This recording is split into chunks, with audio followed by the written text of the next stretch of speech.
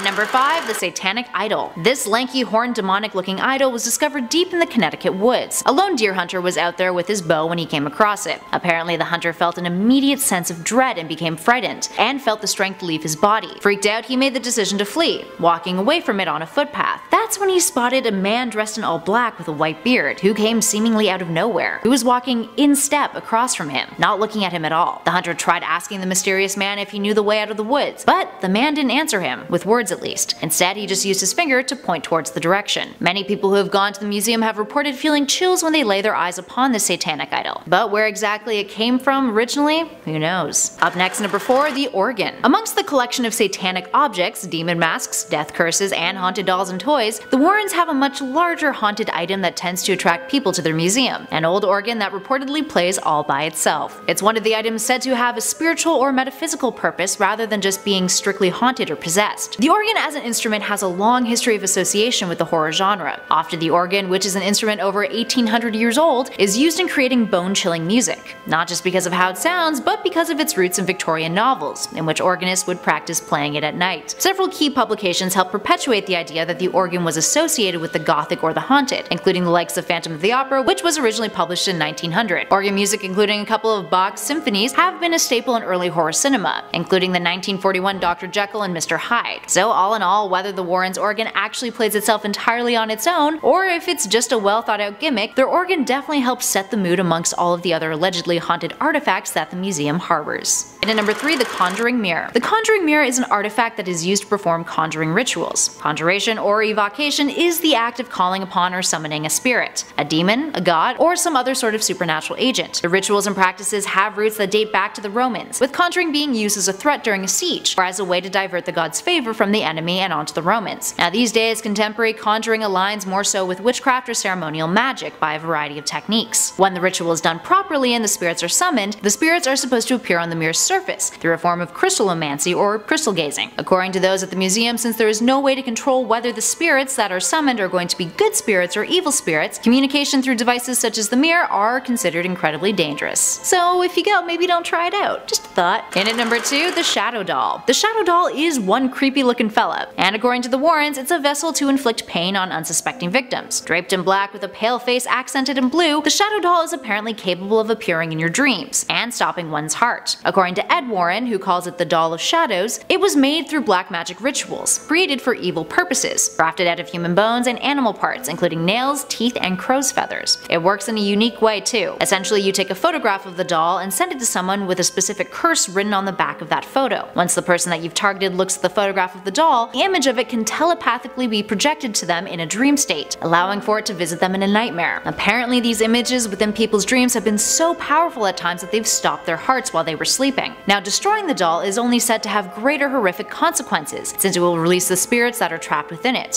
So how did Ed and Lorraine get their hands on it? Well, a couple who had purchased it from an antique dealer brought it to them after experiencing the same horrible nightmare featuring the doll night and night again, and waking up with scratch marks all over their bodies. The following night after it first happened, claw marks started to appear on their bodies, which is when they called up the Warrens. According to the Warrens in a press release, the doll's sole purpose is to wreak havoc upon innocent human beings. And finally, in at number 1, the Annabelle doll. The most famous piece of the Warrens' collection at their museum is without a doubt the Annabelle doll, who is locked up inside of a glass case with a sign in front of it that reads, "Warning, positively do not touch." While it may look like a regular old rag doll, the story behind it is by far more sinister. In 1970, a woman bought a Raggedy Ann-esque doll for her daughter at a thrift shop. Her daughter, Donna, who was in college at the time, liked it and brought it home to her apartment. But soon afterwards, her roommate Angie and her started to notice strange happenings, all of which revolved around the doll. The doll would move by itself. It would appear in rooms other than the one that it was left in. Small pieces of paper with childish writing began to appear in the apartment that read things like "Help us" and "Help Lou," who was one of their male friends. And one day they found the doll standing up on its own. Freaked out, they contacted a medium, who told them that the doll was supposed to be possessed by a little girl who had died in their apartment building a long time ago, named Annabelle. The doll told the medium that she liked Donna and Angie, and wanted to stay with them, asking for their permission. The girl said yes, but by doing so, this allowed for more paranormal activity to occur, including a male friend being physically attacked by the doll one evening, leaving burn marks on his skin and causing him to bleed. That's when Ed and Lorraine were contacted, who discovered that rather than it being possessed by the spirit of a child, the doll was being manipulated by a demon who wanted to get closer to them, with the intention of possessing one of them. So they gave Annabelle to the Warrens, who now keep it in their museum. In at 5, Ed Gein's Cauldron. For those who don't know, Ed Gein became infamous in Plainfield, Wisconsin after he was found to have exhumed corpses from local graveyards and fashioned trophies out of the skins. His crimes were truly repugnant, and thankfully he was remanded to a psychiatric institution before dying at the age of 77. Now, very creepily displayed at Zach Bagans' museum is Ed Gein's cauldron,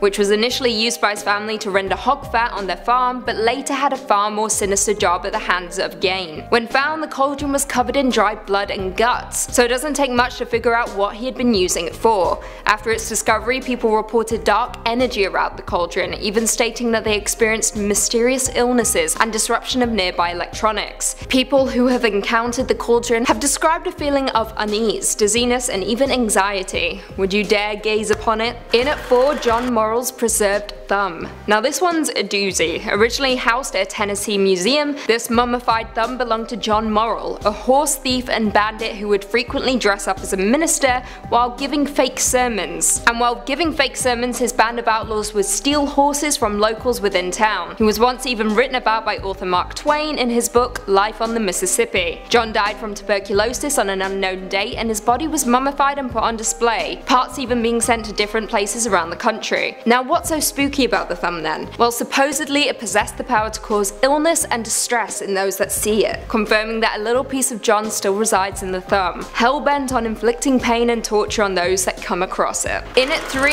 Dybbuk box. For those of you who don't know, the Dybbuk box gained infamy in 2004 after an article was published in the Los Angeles Times, and from there it went on to spawn the horror movie The Possession. It is thought to be a spirit of a person who, instead of drifting over into the next life, stayed put and has the power to enter the bodies of living people. It is known as one of the world's most haunted items, and Zach paid tens of thousands of dollars in order to display it in his horror museum. Now the Dybbuk box will not be opened. Zach even stated that he was too terrified to do that. However, if you're over 18 and sign a waiver, you may just be given the opportunity. Godspeed. In at 2, Charles Manson's ashes. Now this one is just downright creepy. Even Zach Bagans himself thinks so, and that man is not easily creeped out. Firstly, take a look at this. Yep, it's a painting of the notorious cult leader Charles Manson, famous for forming the Manson family and responsible for a series of 9 grisly murders between July and August of 1969. He was later arrested in 1971 and died in prison at the age of 83 in 2017. Now, this painting is no ordinary painting because of course, Zach Bagans has no time for some non-possessed fancy art. This painting is in fact made up of Manson's own ashes, specifically in the eyes of the painting, which somehow makes this even more creepier. It was painted by Ryan Almighty, an artist who is famous for using human blood and human remains to create his artwork. You can find this piece displayed alongside Manson's false teeth, his own personal art he created in prison, and even his TV. Now some people have questioned the legitimacy of the painting, but Bagans has been quoted in saying, "I know exactly who was there, who got some of the ashes, the various people who grabbed the ashes to throw them in the air. I have all the footage. I'm really strict about how I display things, and I know they are all legitimate. This is legitimate." Well, there we have it, folks. And lastly, and at number 1, Peggy the Doll. Zach Bagans' Haunted Museum is now the proud owner of Peggy the Doll, a doll that is apparently so sinister just looking at it will cause pain, suffering, and even heart attacks. Katrin Reddick believes that just looking at an image of the doll causes her to suffer from severe heart trauma.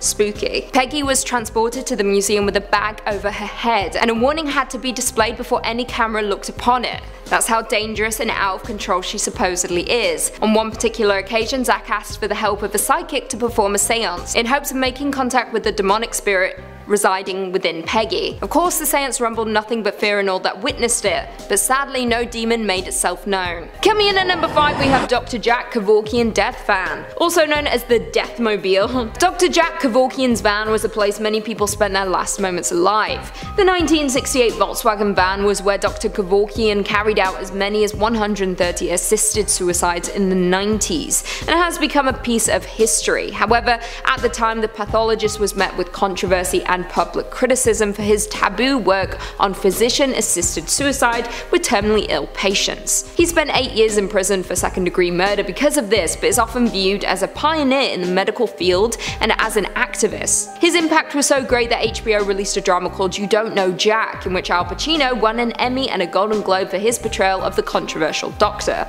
Over the year, the death van has seen many different owners. Zach purchased this van for $32,500 from American Jewelry and Loan. When the Detroit pawn shop first bought the vehicle, it was actually featured on an episode of a TV show. Apparently, Long Island medium Teresa Caputo also passed by the van in their warehouse and said she felt something there. Visitors of Zach's Haunted Museum can peek inside the Dr. Jack Kevorkian's death van and see the exact spot where many people died. Coming in at number 4, we have Ed Gein's cauldron. This is certainly one of the more gruesome relics on display at Zach Bagans' Haunted Museum, and is believed to have belonged to the butcher Plainfield Ed Gein. He's known for not only committing 2 murders, but mutilating corpses and fashioning items from human skin. Some of this morbid creation include masks made from real human faces, a human skin lampshade, and a female skin suit. Although his kill count doesn't technically classify him as a serial killer, he still served as inspiration for several fictional serial killers, like Leatherface from Texas Chainsaw Massacre and Buffalo Bill from The Silence of the Lambs. This cauldron is said to have been a place for Ed Gein to boil body parts in, but its authenticity is largely unknown. It was auctioned off in 2015 by a man named Dan McIntyre. He claimed to have inherited it from his grandmother, who bought it in 1958 at Gein's estate sale following his arrest. That's bleak as The highest bidder was Zach, purchasing the little pot for $2,800. At the time, Dan said he was happy to be rid of it, as it was the source of strange phenomena. I mean, I wouldn't want that in my home. Now, Ed Gein's cauldron calls Zach's Haunted Museum home, where it is said to radiate negative energy. Coming in at number 3, we have the Demon House Staircase. The original staircase from the Gary Demon House is said to be so haunted that construction crews walked off the job and refused to come back after its installation. Set back in a dimly lit corner, the wooden staircase rests on a layer of dirt extracted from the location famous for demonic activity. The Demon House was located in Gary, Indiana, and was unfortunately home to the Ammons family. It was said to be a portal to hell, and the demons seemed to emanate from beneath the stairs, the same stairs displayed at Zach's museum. There were reports of demonic possessions, a child levitating, and many other disturbing events. The family's matriarch, LaToya Ammons, had to undergo multiple exorcisms as a result. It was so bad that even the local police department and social services were convinced of its purported hauntedness. There are things in this world that we will never fully understand, like why Zach decided to buy the home plagued by demonic entities. He did shoot his documentary Demon House there, where he investigated the haunting. It must have left an impact on him because the house has since been demolished and the stairs continue to haunt Zach's museum. Coming in at number 2, we have the Devil's Rocking Chair. This sinister chair is linked to a very famous investigation done by Ed and Lorraine Warren, and its story serves as the plot for The Conjuring: The Devil Made Me Do It. Zach actually purchased this chair for $67,000 just hours before the death of Lorraine Warren. Ooh, creepy. The Devil's Rocking Chair was the site of the infamous exorcism of David Glatzel, who was allegedly possessed by a demon. The 11-year-old at the time was being tormented by a man-like demon who resembled a beast with sharp, jagged teeth, horns, and hoofs. As the haunting progressed, the chair was said to be under the demon's power, and David would often see the beast sitting in it. Ed and Lorraine performed numerous exorcisms on David in that very chair. The final exorcism was a success, and the demon was expelled from David right into his sister's boyfriend, who killed his landlord shortly after. He pled not guilty due to demonic possession, a first in American history, citing that the devil made me do it. It didn't work, by the way. In 2019, the Devil's Rocking Chair's exhibit actually had to be shut down because it was doing its job a little too well. 6 different people shared the same disturbing experience with the chair. They all had bouts of uncontrollable crying, and one even collapsed above it. The museum having adverse effects on visitors isn't anything new, with ambulances having to be called in the past, but this was the first time in the museum's history that an exhibit had to be shut down. And finally, coming in at number 1, we have Dybbuk Box. In the number 1 spot is known as the most haunted object in the world, the notorious Dybbuk Box. According to Jewish mythology, a Dybbuk is a malevolent spirit that's said to haunt and possess the living, and the Dybbuk Box is home to the evil entity. This wine cabinet is so haunted that it actually served as inspiration for the horror film The Possession. The Dybbuk Box first became a sensation when it was listed on eBay, along with an extensive ghost story attached to it, after some owner hoping it came into Zach's possession. Shortly after the Dybbuk box arrived in the museum, holes allegedly began to appear around the haunted cabinet. A downtown Las Vegas marketing executive also apparently witnessed a black-cloaked apparition pass through the exhibit's door while doing a private tour with Zach. This haunted relic is no joke. Even Post Malone was apparently cursed by the Dybbuk when he visited the museum with Zach himself. After touching Zach's shoulder, who was resting his hand on the box, Post Malone had a streak of terrible luck. In less than a month, his private jet was forced to make an emergency landing when 2 tires blew out. His house was broken into by armed robbers, and then he got into a car crash. Starting off this countdown, we have Mary Todd Lincoln's dress. This beautiful dress was once owned by Mary Todd Lincoln, Abraham Lincoln's wife. It's a beautiful purple velvet dress with satin and lace detailing. She wore this dress during the Washington winter social season in 1861 to 62. But here's the thing.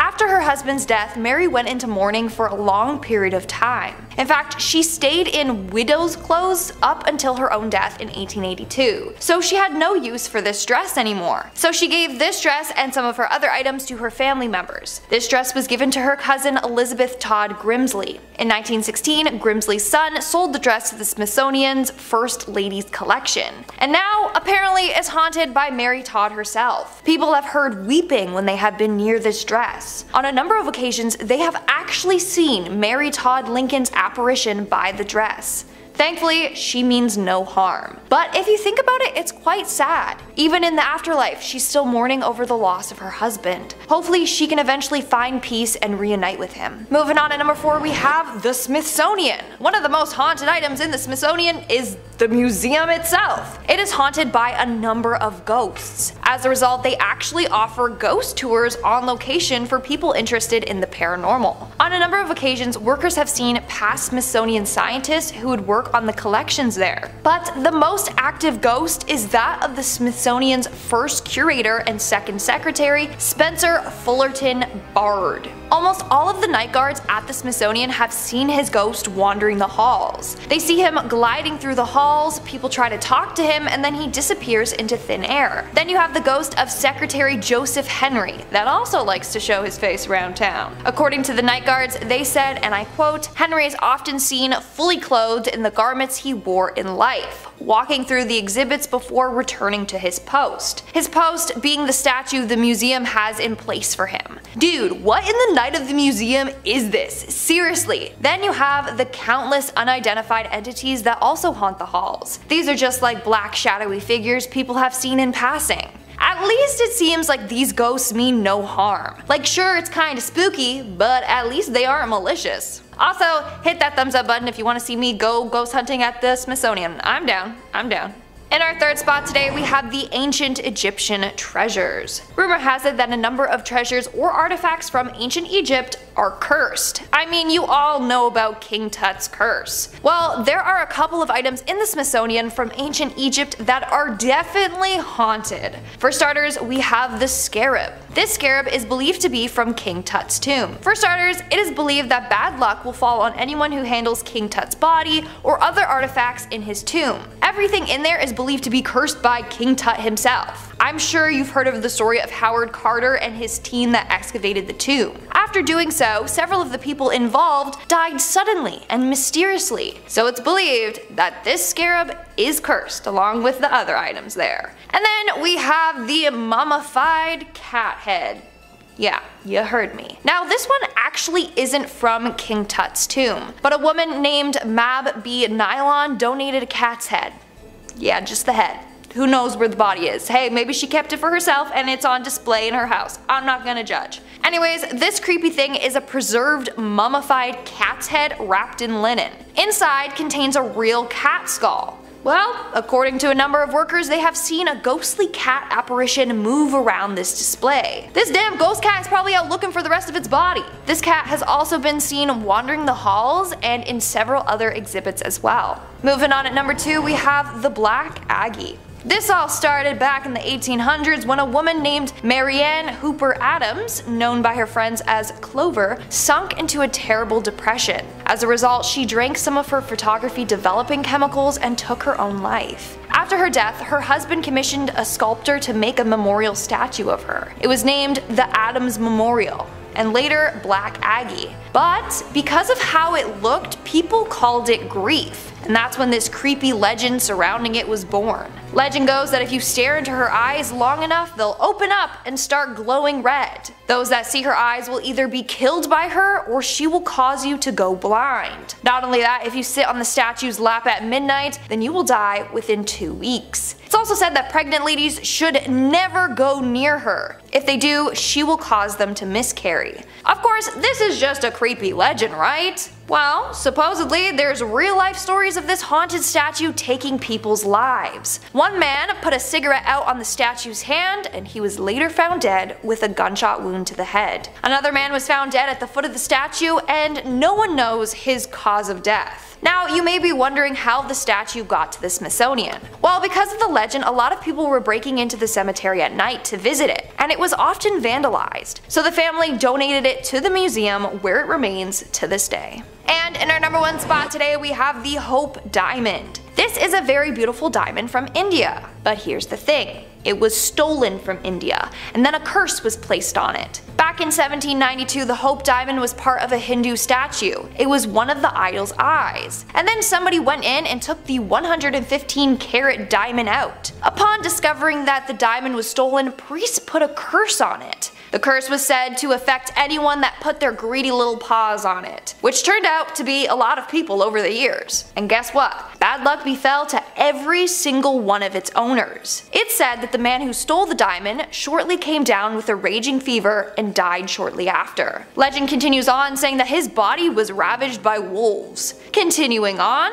King Louis XIV bought the stone and had it recut in 1673. He died of gangrene, and all his legitimate kids died early on in life. Then we have Marie Antoinette. Apparently she wore it as well. And we all know how bad things ended for her. Another story involved an heiress named Evelyn Walsh McLean. She bought the Hope Diamond and everyone around her started to die mysteriously. First it was her mother-in-law, then her son, then her husband left her and later died in a mental hospital, and then her daughter. She later sold the diamond to get rid of this curse. That's not even half the people affected by this diamond, like the list goes on and on. Now the haunted diamond is on display at the Smithsonian. Hopefully no one will ever try to steal it because we don't need to relive its curse over again. Starting off this countdown we have the Weeping Woman. The Weeping Woman, better known as La Llorona, is a terrifying part of Mexican lore. According to this legend, which varies depending on who's telling it, basically long ago there was a woman named Maria who married a rich man. The couple had 2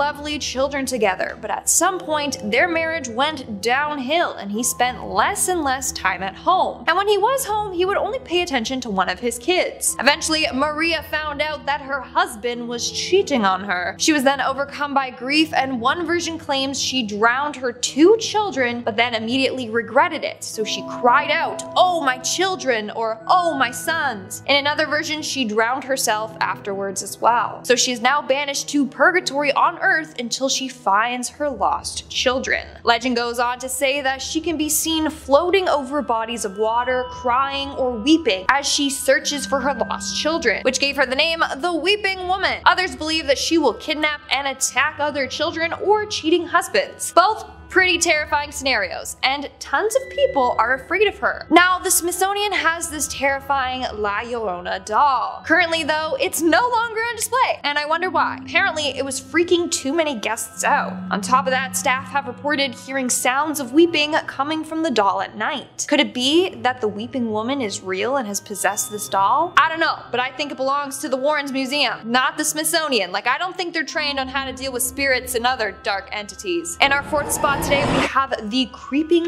Doll. But honestly, it should have been named the Creepy Doll, because look at this thing. It belongs in a Stephen King horror film. So this doll was one of the first prototypes for a doll that crawls on its own. It was invented in 1871 by a man named George P. Clark. His goal was to make a doll that crawls exactly like how a baby does. And honestly, look how far we've come. Like those Baby Alive, a Baby So Real, like those dolls, scarily accurate.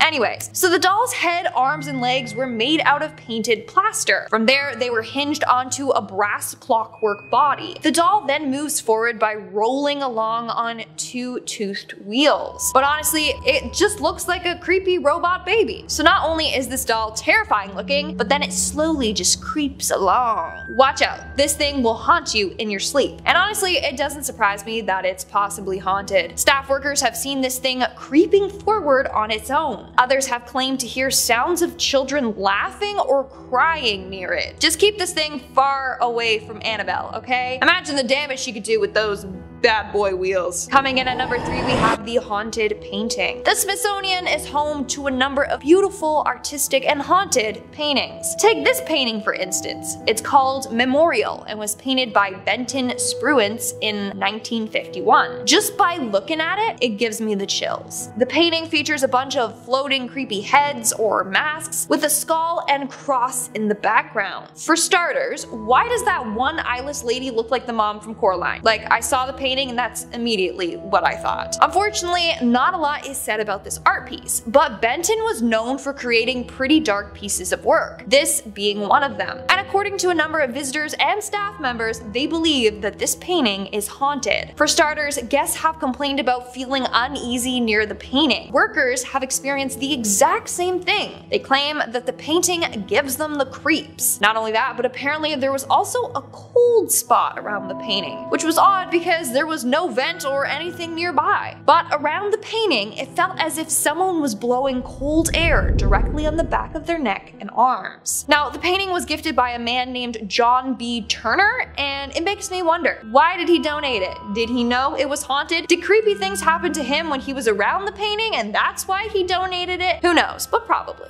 But who knows? In our second spot, we have Abraham Lincoln's gold watch. That's right, Honest Abe's watch is on display at the Smithsonian. So this watch was purchased in the 1950s from George Chatterton, a jeweler in Springfield, Illinois. And it's a very beautiful pocket watch. In fact, Lincoln's watch is said to have one of the best grade movements in England, and is still apparently in working order. On top of that, that 18-karat case is one of the best quality ones made in the US. What's also cool is that on the inside of the watch, there are inscriptions of people's names. Basically, watchmaker Jonathan Dillon got the watch and was repairing its timepiece. He decided to unscrew the dial and engrave, and I quote, April 13th, 1861. Fort Sumter was attacked by the rebels on the above date. J. Dillon. And he also engraved, thank God we have a government. Why? Because at that exact moment, he found out that the Confederate forces had fired on Fort Sumter, so he carved it in. And then in 1864, a second watchmaker, L.E. Gross, signed his name. And at another point, someone etched Jeff Davis inside. And Lincoln carried it around without a clue of the inscriptions inside of the watch. Incredible. The watch was actually given to the museum in 1958 by Lincoln Isham, the great-grandson of Abraham Lincoln. And of course, rumor has it that Lincoln likes to haunt his watch. People have seen his ghostly apparition around the area where the watch is being kept. But damn, that must be one big apparition because Abe was tall as hell, so imagine seeing his ghost. Terrifying. And in our number 1 spot today, we have Abraham Lincoln's hat, another haunted object from Abe himself. But you heard me correctly, the Smithsonian has a top hat from the one and only Honest Abe. In fact, this is the hat that he was assassinated in. So yeah, no wonder it's haunted. Anyways, even though Abe was super tall, 6'4" tall to be exact, and towered over most people, he decided to wear top hats anyway, because you know, he's cool like that. This hat he got from J.Y. Davis, a Washington hat maker. In fact, he had the black silk band added to the hat, which represented mourning, in remembrance of his son Willie. Anyways, the last time he put this hat on his head was to go to Ford's Theater in April of 1865. After he was shot, the War Department preserved his hat and everything else that was left at Ford's Theater. Of course, they got permission from Mary Lincoln to do so. The department then gave the hat to the Patent Office, and in 1867 it was given to the Smithsonian. But it was immediately put in the basement storage room. Why? Well, the secretary of the Smithsonian thought that there was too much excitement at the time, so the staff had to keep it all hush-hush, and they didn't even reveal that they had the hat until 1893. Now it's one of the museum's most treasured objects, and of course it has has the history of being haunted by Abe himself. Apparently a number of people have seen Abe's apparition around the museum, mostly around the hat, but they have claimed to have seen a tall dark figure that looks like Abe in other areas as well. Want to know something kind of freaky but kind of cute? In part 1 of this video I talked about Mary Lincoln's dress that's also at the Smithsonian, and apparently her dress is said to be haunted by Mary herself, meaning the two are together haunting the museum in the afterlife. Well, kind of sweet, right? Number 5. The organ. Music is the basis of like every good horror movie, isn't it? Music playing from the other room by itself? Yeah, that scares the shit out of me. When I forget my Bluetooth is on and I hear the music from the other room, my heart skips a beat. And there's some Shakespeare sonnets on there, you know, so it sounds like some dudes in the other room just talking to me in Old English. Well, there's actually an instrument that plays by itself, apparently, every night around 9 p.m. Unless it has priests bless it to keep it only wood and ivory. Apparently it likes to play a little number or two from the other side. Residing in the Warrens Occult Museum in Monroe, Connecticut, Ed Warren, the husband of the famous demonologist duo, apparently likes his classic music. Well, not live, I should say. He obtained the organ apparently after authorities cleaned out a haunted house owned by Reverend Eliakim Phelps in Stratford, Connecticut. Somebody from the authority at the city of Stratford reached out to Ed asking him if he'd be interested in obtaining a musical instrument in which needed some special handling. Nothing like a dusty old haunted organ, like the old hockey games and churches organs, you know? Apparently one night Ed was woken up by the sounds of the chords of the organ being played. It was late at night, so naturally Ed thought maybe someone had broken in and was fiddling downstairs with the instrument. Ed went down to check it out, and as soon as he entered the museum where the Warrens' haunted items are kept, the organ would just stop. Yeah, creepy. And also annoying. Like, why do ghosts always do that? It's so like trickster of them, you know? This would happen over and over and over again. The organ finally stayed quiet semi-permanently when after the Warrens asked a priest to bless the organ on a regular basis. Apparently it needed to be continuously cleansed or else the mysterious pianist would start their eerie tune again. Yeah, organs have to be the scariest instrument on this planet. So Halloween-y sounding, you know what I mean? And so Dracula-ish. Toccata in D minor, just Number 4. The wedding dress. Your wedding day is supposed to be the happiest day of your life, isn't it? Dressed to the nines, till death do us part, cake smashed into your face, yada yada yada, and of course, that iconic wedding dress, you know? Yeah, it's tradition. So what's this wedding dress doing in the Warrens Occult Museum then? Well, the official story behind the white gown in the Occult Museum is that of the White Lady of Union Graveyard. She has been spotted for decades. Many claim they have seen the lady in white at Union Cemetery. She's said to walk the graveyard at night, and locals tell us they've also seen her on nearby roads. Union Cemetery sits just off the junction of routes 59 and 136 in Easton, Connecticut. The legend goes, it's the home of a spiritual entity that allegedly walks the property. I can tell you that now for a fact that this place is haunted. It's one of the most haunted places around, said Lorraine Warren herself. Yeah, and she's seen some stuff in her time. One of the most infamous encounters is that late one night a man was driving down Stepney Road in his pickup truck just past Union Cemetery. Out of nowhere, a woman in a white dress appeared in the middle of the road. The man couldn't slow down in time and struck the woman head on. When the man screeched to the side of the road, there was no sight of the woman he had hit. Apparently this happens more often than you think on that road. Whoever she was, apparently the couple has her dress locked in the Museum of the Occult Finds and deems it spooky enough to leave it alone. Number 3. The purple sapphire. Well, not really a sapphire, but actually an amethyst. The spiky purple quartz looking thing. Hey, who said that haunted to hell items can't be precious and beautiful? Well, don't say that, because apparently this one is cursed, like cursed. The mysterious Delhi purple sapphire is now permanently on display as part of the Natural History Museum's vault collection of precious gemstones. The mysterious stone is rumored to have been stolen by a British soldier from the Temple of Indra, the Hindu god of war and weather, in Kanpur, India, during the Indian Mutiny of 1857. It was brought to England by Colonel W. Ferris, whose family then supposedly suffered many financial and many health problems. I love how financials first. The stone was given to Edward Heron Allen, a scientist and writer, in 1890, who claimed to have started having bad things happen to him and those who were lucky enough or unlucky enough to see or hold it. He came to the conclusion it was hexed with a curse, and eventually decided to have it stored away in a bank vault inside 7 locked boxes with a note of warning to anyone who dare handle it. Allen warned that the Delhi purple sapphire is cursed and is stained with blood and the dishonor of everyone who has ever owned it. Weary of its alleged powers, he kept it locked away in 7 boxes and surrounded by good luck charms. He also left strict instructions not to remove the amethyst until 33 years after his death.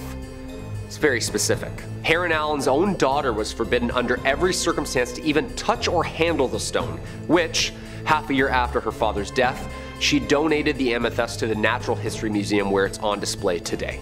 Okay, so his own daughter donated this thing, she didn't even want it. That's a little spooky. Now I mean, he was a writer, and writers can exaggerate sometimes, but not giving it to his own daughter and her not wanting it at all after his death? That sounds a little bizarre to me. Number 2, the haunted book. Okay, so sometimes we all find spooky doodles from the past we drew as kids. Finding old spooky pictures or letters written, that can be fun and great for scary stories. Apparently I drew aliens a lot. Yeah, who'd have thought? This next item holds more than just letters though. It holds power. This haunted book was given to Brighton's very own haunted house, Preston Manor, after a Kent family who owned it claimed it caused them to be plagued by ghostly visitors and spectral visions. A haunted ledger which was found bricked up behind a shop wall has been acquired by the museum. Phew. The ledger was donated by Josephine Beniovitz. The book was discovered by her father, Tony Beniovitz, in 1988 when he was demolishing a shop which closed in 1984. Having taken it home, the father and daughter believed they suffered a number of spiritual visions and images of men, women, children, and apparently soldiers on horseback. The ledger, which dates from the First World War, was a clue at maybe who was visiting them. The daughter was told by one of the spirits that the book must be returned to Brighton where its first entry was written, which was in December 1915. The terrified family delivered it to Preston Manor, which is known for its paranormal occurrences and spiritual events. A medium visiting the house inspected the book and confirmed that they could sense evil omens emanating from its pages. It remains locked up only to be viewed after cleansed. Yeah, I don't think I'm going anywhere near this thing. Yeah, all those old books are usually wrapped in like someone's skin or something evil. Yeah. No thanks. And coming at the number 1 spot, the Iceman. This definitely had to be my number 1 spot. And it's not my favorite UFC fighter, Chuck Liddell. But this is the most terrifying find of all. Not really much of an item either, but more like a 5,000-year-old frozen and perfectly preserved human mummy that was discovered in 1991 in the Otzel Alps in Italy. Otzi, of course, is the name researchers chose to name the mummy for obvious location reasons. This frozen mummy is of a man who believed to have lived 5,300 years ago. Otzi is believed to have been apparently murdered before being frozen in its time. This is claimed after the discovery of an arrowhead found embedded in his left shoulder and various other wounds on his body. He also has multiple different DNA types on his clothes, suggesting he was in combat or in danger in his last moments. The nature of his life and the circumstances of his death need more investigation, but scientists believe he's Europe's oldest natural known human mummy, offering a very shiny new view of the Copper Age. A huge glacier surrounded him after he died of exposure and preserved his body in a mile-high ice cube. However, this is where it really gets spooky. Once unearthed, rumors of a curse surfaced too and grew stronger as people linked to him began to die, often in accidents or natural health problems.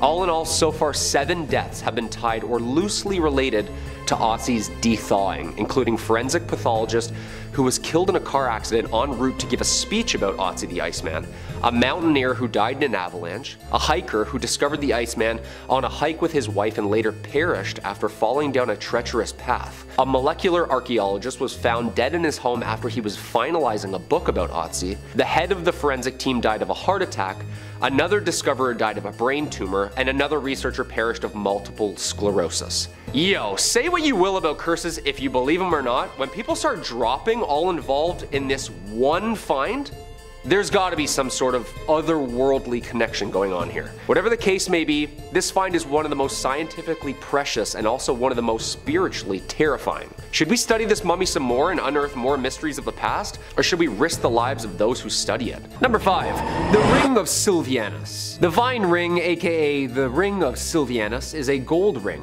dating back to the 4th century AD. The ring was discovered in the fields of a farm in 1785 in Hampshire, England. Originally the property of a British Roman named Silvianus, apparently it was stolen by a person named Sanicianus, upon which Silvianus hexed the ring with a curse. That's right.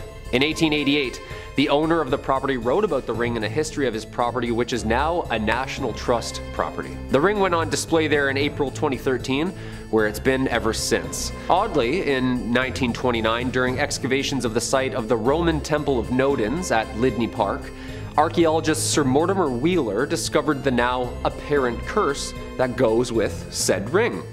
Consulting shortly after with one J.R.R. Tolkien. That's interesting.